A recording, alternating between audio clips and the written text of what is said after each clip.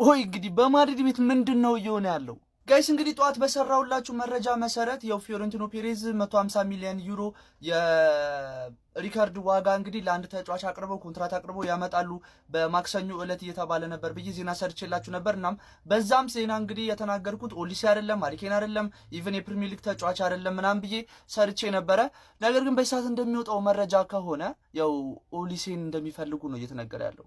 ይሄ እንግዲህ ሌሊት ላይ እንደወጣው መረጃ ከሆነ እንግዲህ ፊዮረንቲኖ ፔሬዝ ኢቨን ሃሪኬን አይደለም ኦሊሴ አይደለም እና የፕሪሚየር ሊግ ተጫዋች አይደለም ምናምን ብለው ኦሊሴን አካተውት ነበረ ከማያስፈርሙ ተጫዋቾች መካከል። ነገር ግን በዚህ ሰዓት እንደሚወጣው መረጃ ከሆነ ፊዮረንቲኖ ፔሬዝ በድብቅ ለባየርን ሚዩኒክ በማክሰኞ ዕለት ማለት ነው እስከ 150 ሚሊዮን ዩሮ ሪከርድ ብሬኪንግ የሆነውን የኮንትራት ጥያቄ እንግዲህ እንደሚያቀርቡ እየተነገረ ይገኛል። የኦሊሴን አይደለም ቢሉም እንግዲህ በሴክሬትሊ ኦሊሴ እንደሚፈልጉና ኦሊሴም እንግዲህ ያው ወደዚህ ክለብ ማምጣት እንደሚፈልጉ እየተነገረ ይገኛል። ነገር ግን የባየርን ሚኒክ ፕሬዚዳንት እንደተናገሩት ከሆነ ኢቨን 200 ሚሊዮን ከዛም በላይ ቢመጣልን እንግዲህ ኦሊሴን እንደማለቅ አስታውቃለሁ ብሎ ተናግረው ነበር። ለማንኛውም ብዙ የሚያወዛግብ ነገር አለው ይህ ዝውውር።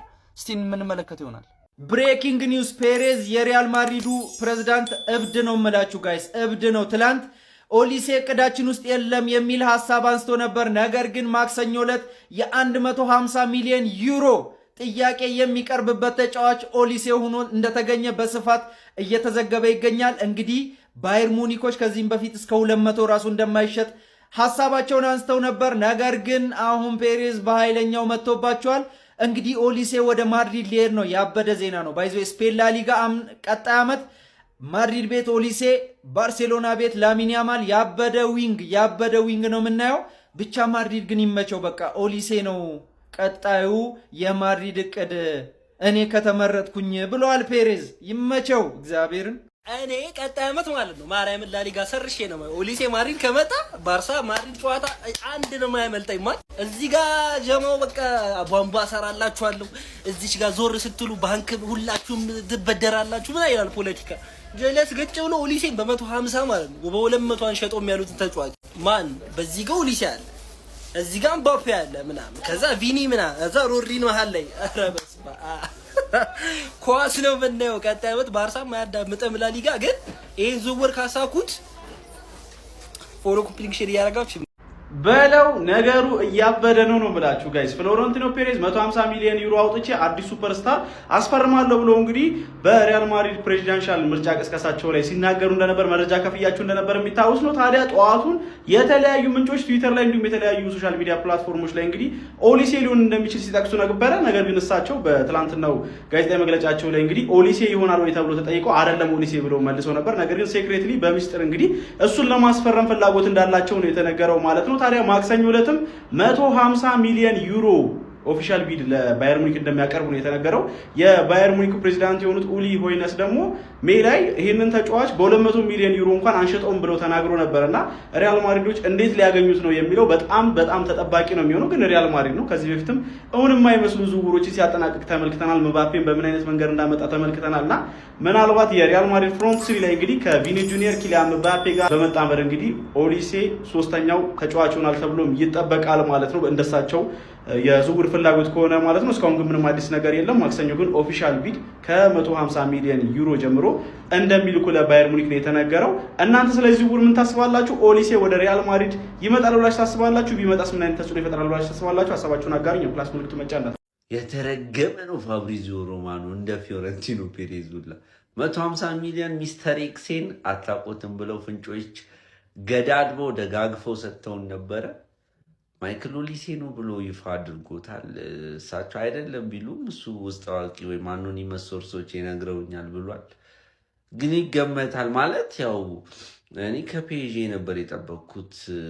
አሁን አስቡት ፍሮንት ስሪው ላይ ክቫራ በታምረ ነው፣ ቪኒ ቦታው ላይ አለ፣ ኤምባፔ 9 ቁጥር ነው። ፍሮንት ስሪው ከማይክል ኦሊሴ ጋር አስቡት። ምክንያቱም በዛ በኩል የ4-3-3 ቀኙን አታኪንግ ዊንገር ለማግኘት ሮድሪጎ፣ ማስታንቱኖ፣ ብራሂም ዲያዝ ምናምን ሲጨማለቁበት የነበረውን ቦታ አሁን ኦሊሴ፣ ኤምባፔ እና ቪኒ ፍሮንት ስሪ ላይ ሲገጥሟቸው አስቡትና ባየር ሚኒክ እምቢ ይላል ተብሎ አይጠበቅም። በጣም ከባድ ዘመን በጆዜ መሰረት ሲሆን እናንተ ምን ታስባላችሁ? ፎሌክሽን ማርገር ሰመቻችሁ ጆሮ ጭው የሚያደርግ ብሬኪንግ ኒውስ እኔ ያልጠበቅኩት ነው። ማድሪድ የፊት መስመር ተጫዋች ፈርማል ብዬ አላሰብኩም በጭራሽ። ምክንያቱም መሀል ሜዳው ላይ ነው በጣም ማድሪድ ችግር ያለበት፣ እንዲሁም ጭራሽ ተጨማሪ ሌላ አጥቂ ተጨምሮ ማለት ነው ጭራሽ የሚቃወስ የመሰለኝ። ዞሮ ያላሰብኩት ሰው ማይክል ኦሊሴ ፍሎረንቲኖ ፔሬዝ ማለት ነው 2000 ላይ ምርጫውን እንዲያሸንፍ አንደኛ ህዝቡን ያሳመነው መንገድ ሉዊስ ፊጎን ከባርሴሎና አስፈርማለሁ ሲል እንዳለ ማለት ነው መራጩ እንዲሆነው ከባርሴሎና ፊጎን አደረገው ማለት ነው።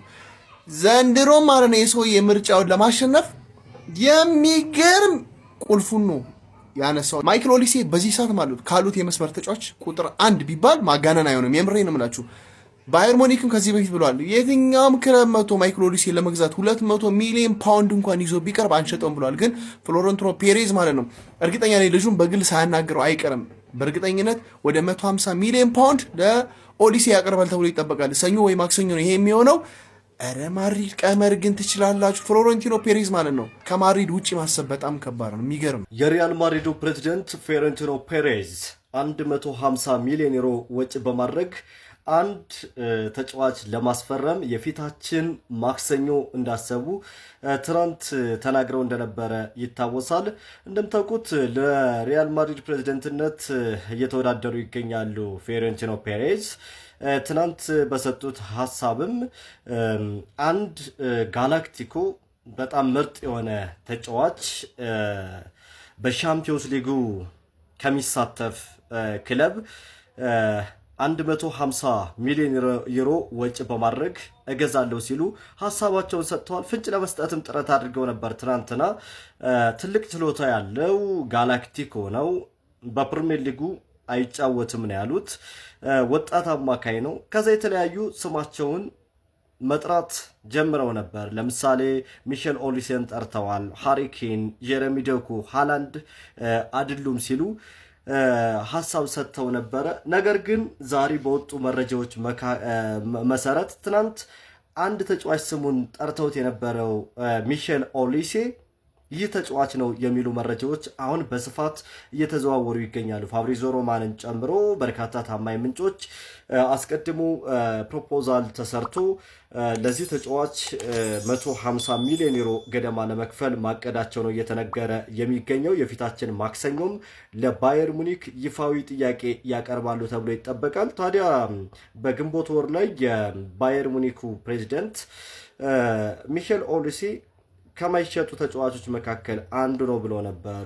200 ሚሊዮን ዩሮ እንኳ ቢቀርብልን ተጫዋቹን ለመሸጥ ፍቃደኞች አይደለንም ሲሉ ተናግረው ነበር። አሁን ግን የሪያል ማድሪዱ ፕሬዚደንት የፊታችን ማክሰኞ ለዚህ ወጣት ፈረንሳይ ተጫዋች 150 ሚሊዮን ዩሮ ወጪ በማድረግ ጥያቄ ለማቅረብ መዘጋጀታቸው ተነግሯል። በጣም ይገርማል። ያው በፓላስ ቤት በደንብ እናውቀዋለን ሚሼል ኦሊሴን። ራሱን ያሳደገበት መንገድ ግን እጅግ በጣም አስደናቂ ነው። አሁን ዓለም ላይ ከሚገኙ ድንቅ ተሰጥኦ ካላቸው ወጣት ተጫዋቾች መካከል አንዱ ነው ሚሼል ኦሊሴ።